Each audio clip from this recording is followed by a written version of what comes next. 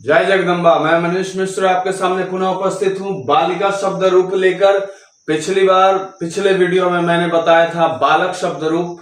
आप यहाँ देख रहे हैं किस तरह से क्रमांक दिए हुए हैं 1 से लेके 8 तक, यानी क्रम संख्या है ये, सीरियल नंबर। और यहाँ विभक्ति है, विभक्त किया हुआ, बांटा हुआ है किसको, तो कारक को। कितने भागों में, तो 7 भागों में, यानी प्रथमा, द्वितीय, तृतीय, चतुर्थी, पंचमी, षष्ठी और सप्तमी, 7 भागों में कारक को बांटा गया है। कर्ता कारक, कर्म कारक, करण कारक, संप्रदान कारक, अपादान कारक, संबंध कारक, अधिकरण कारक और आखिर में है संबोधन कारक। यानी कारक है 8, यहाँ संख्या देख रहे हैं 8, किंतु विभक्त किया गया है केवल 7 भागों में। संबोधन इसमें विभक्ति नहीं है, इसको विभक्ति में काउंट नहीं किया गया है।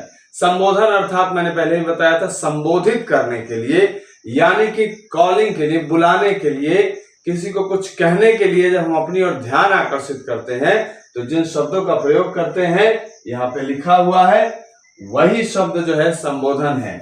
इसलिए इसको विभक्त नहीं किया गया है, केवल सप्तमी विभक्ति तक रखा गया है। अब आते हैं अर्थ पर। अब यहां दिया है एक वचनम, द्विवचनम, बहुवचनम। अब एक वचनम यानी एक संख्या, द्विवचनम मतलब 2 संख्या, और बहुवचनम मतलब 2 से अधिक जितने भी हो जाएं वो सब बहुवचन में आते हैं। अब अर्थ पे आते हैं। यहाँ पे बालक शब्द रूप भी हमने देखा अर्थ के आधार पर, यहाँ देखते हैं बालिका शब्द रूप। अब यहाँ लिखा है बालिका, यानी एक बालिका ने, या फिर बालिका यानी एक लड़की या एक लड़की ने। अब यहाँ लिखा है बालिके, यानी 2 लड़कियों ने, और बालिका यहाँ पे दिया है यानी अनेक लड़कियों ने, अर्थात सभी लड़कियों ने। तो इसी तरह द्वितीय विभक्ति कर्म कारक है को, चिन्ह क्या है, को। तो बालिकाम का क्या अर्थ हो जाएगा, बालिका को। कारक का जो वीडियो मैंने बनाया है उसमें कारक के बारे में बहुत अच्छी तरह से समझाया है कि किस तरह हम पहचानेंगे कारक को और कहाँ पे वाक्यों में प्रयोग करेंगे और किस किस आधार पर प्रयोग होगा, वो सारे मैंने वीडियो में बताए हैं, आप देख लेंगे वीडियो। तो बालिकाम, बालिकाम का अर्थ हुआ बालिका को, यानी एक लड़की को। फिर पुनः है बालिके, 2 लड़कियों को, और बालिका अनेक लड़कियों को। यहाँ पे बालिकाम और बालिकाभ्याम, बालिकाभ्य, और यहाँ पे बालिकयो और बालिकानाम और बालिकासु।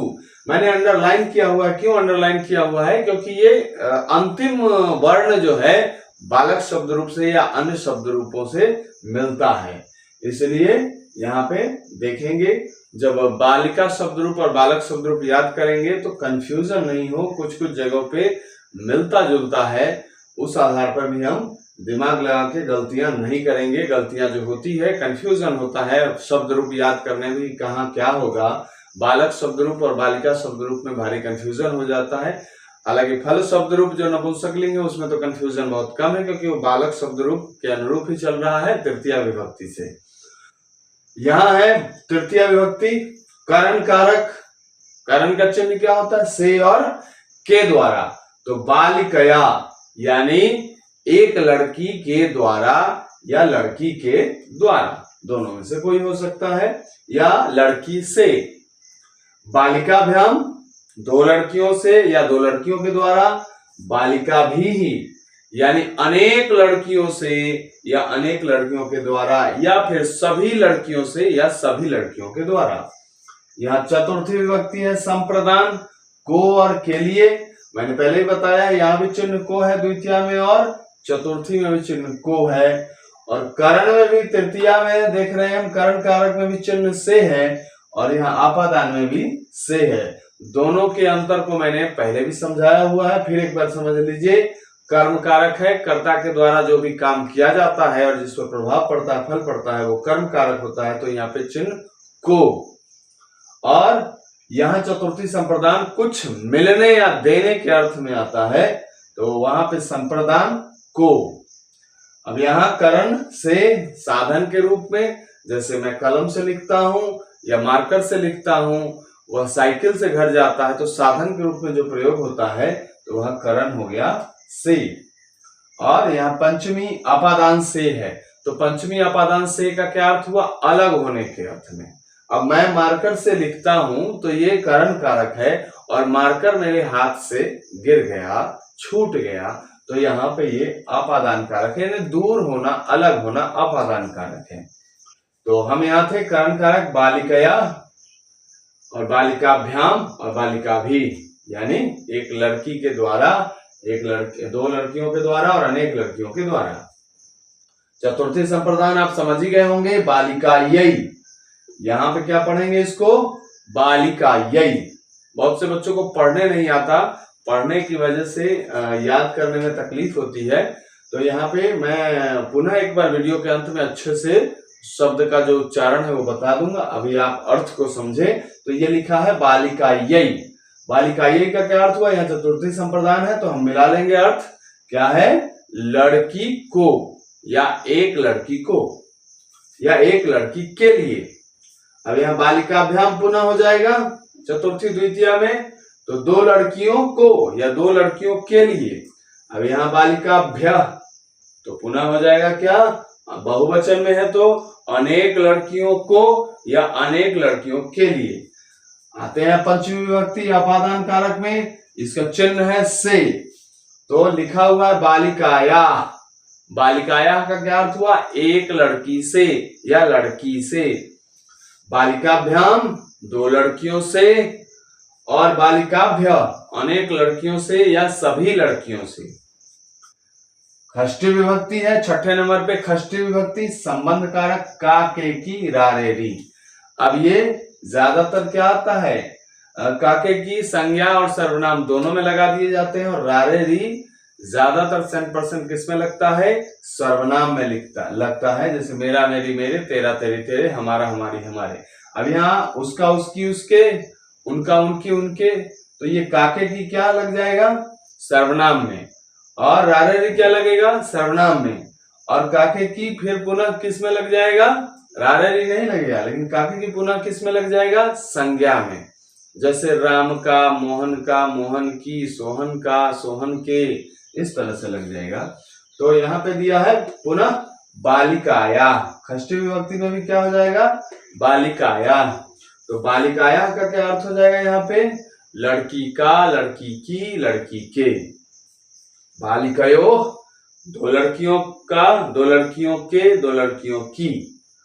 और बालिका नाम अनेक लड़कियों का, अनेक लड़कियों की, अनेक लड़कियों के, या सभी लड़कियों का, सभी लड़कियों की, सभी लड़कियों के।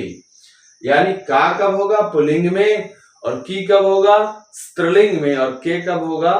ये हो जाएगा आपका बहुवचन में, पुल्लिंग बहुवचन में। सप्तमी विभक्ति आखिरी विभक्ति है। सप्तमी विभक्ति 7वें नंबर पे, अधिकरण कारक में और पर। में, पर, तो इसका चिन्ह में पर है, तो बालिकायाम का क्या अर्थ हो जाएगा? बालिकायाम का सीधा सीधा अर्थ हो जाएगा एक लड़की में या एक लड़की पर, या लड़की में या लड़की पर। और बालिकयों का क्या अर्थ हो जाएगा? दो लड़कियों में, दो लड़कियों पर। और बालिकासु का क्या अर्थ हो जाएगा? अनेक लड़कियों में, अनेक लड़कियों पर, या सभी लड़कियों में, सभी लड़कियों पर। आखिर में संबोधन है, बुलाने के लिए जो जिन शब्दों का प्रयोग करते हैं वो संबोधन है। हे, ऐ, भो, अहो। हिंदी में तो ढेर सारे हो जाते हैं, संस्कृत में कुछ एक हैं, यहाँ पे दिए हुए हैं। तो हे बालिका यानी ऐ लड़की, री लड़की जो कहते हैं, है ना। हे बालक यानी रे बच्चा, रे बालक जो बुलाने के लिए करते हैं। तो हे बालिका यानी एक लड़की को कह रहे हैं, हे बालिके दो लड़कियों को कह रहे हैं, और हे बालिका अनेक लड़कियों को कह रहे हैं, ढेर सारी लड़कियों को कह रहे हैं। ये बहुवचन शब्द है। तो ये बालिका शब्द रूप है। इसको हम कारक के अनुसार और कारक चिन्ह के अनुसार शब्द का अर्थ निकाल लेंगे और किसी भी वाक्य में प्रयोग करने में हमें आसानी होगी, तो इसको अच्छे से समझ लेंगे। अब आते हैं उच्चारण की ओर कि इसको पढ़े कैसे। बहुत से बच्चों को पढ़ने नहीं आता, तो मैं बिल्कुल आराम से पढ़ रहा हूं, आप सभी इसका अभ्यास कीजिएगा। बालिका, बालिके, बालिका, बालिकाम, बालिके, बालिका, यह विसर्ग दिया है बालिका। बालिकया, बालिकाभ्याम, बालिका भी।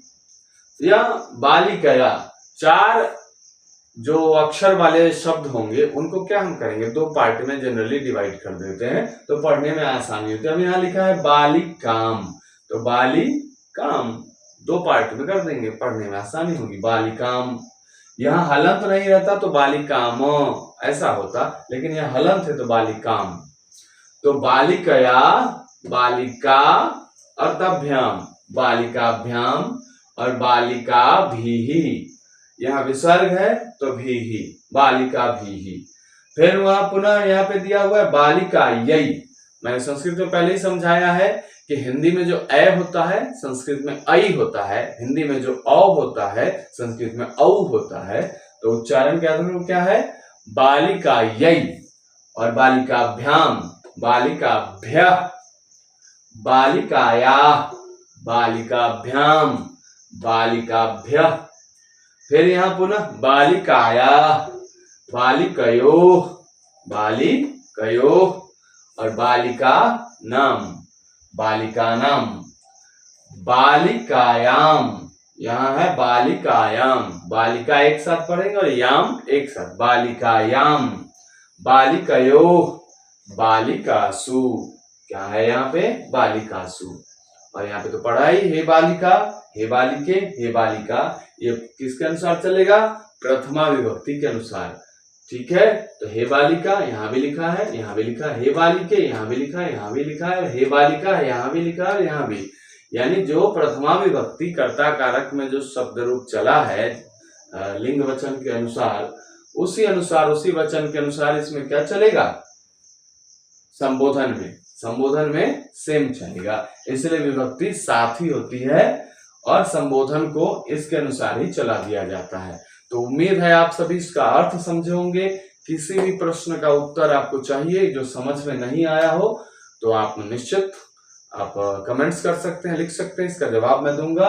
और अगले वीडियो में मैं पुनः एक नया शब्द रूप लेकर आऊंगा और आगे धातु रूप भी समझाऊंगा बिल्कुल अच्छी तरह से। अगले वीडियो में आपको मैं समझाऊंगा बिल्कुल वाक्य बनाकर संस्कृत में कि किस तरह से हम इसके अनुसार बनाते हैं वाक्य या समझते हैं लिखी हुई बात को।